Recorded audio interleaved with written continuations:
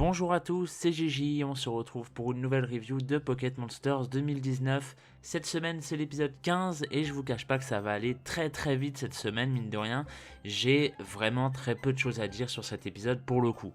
Alors très peu, ça ne veut quand même pas dire rien du tout, je préfère le préciser. J'ai encore une fois quand même quelques petites anecdotes à vous partager malgré tout. Premièrement, mon avis global sur l'épisode, quel est-il ? Et bah pour être franc, c'était un épisode que je qualifierais de plutôt banal dans son idée, mais qui mine de rien ne l'est pas tant que ça.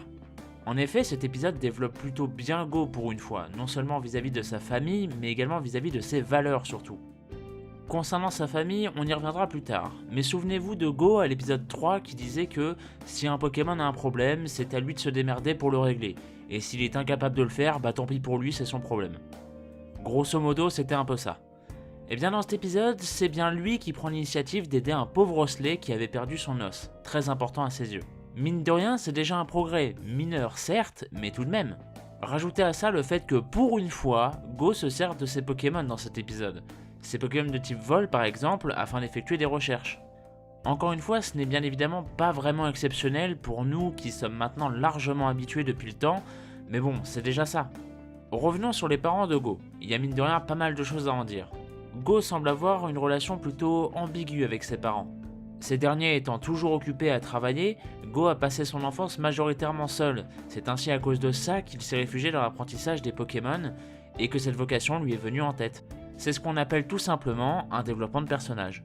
Bon, la review pourrait s'arrêter ici, mais j'ai quand même une dernière petite anecdote plutôt sympathique à vous partager, dont littéralement tout le monde se fout, je sais, mais qui perso me plaît beaucoup.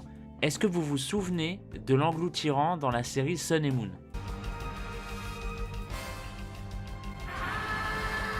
Eh bien son doubleur est de retour dans cet épisode dans le rôle d'un rapace de pique.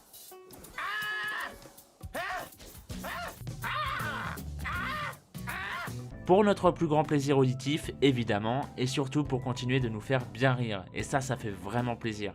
Et voilà, cette review est à présent terminée, et oui, elle était encore plus courte que d'habitude, je vous l'avais bien dit, même si pour le coup, j'ai quand même rajouté une petite anecdote uniquement pour le fun, voilà, ça m'a fait marrer, c'est complètement assumé, j'espère que vous aussi en l'occurrence, et j'espère malgré tout ça que la review vous aura quand même plu. Je vous remercie de m'avoir écouté, et n'hésitez pas à me dire votre avis en commentaire concernant cet épisode, comme à l'habitude. Quant à moi, je vous retrouve la semaine prochaine, portez-vous bien, et des bisous.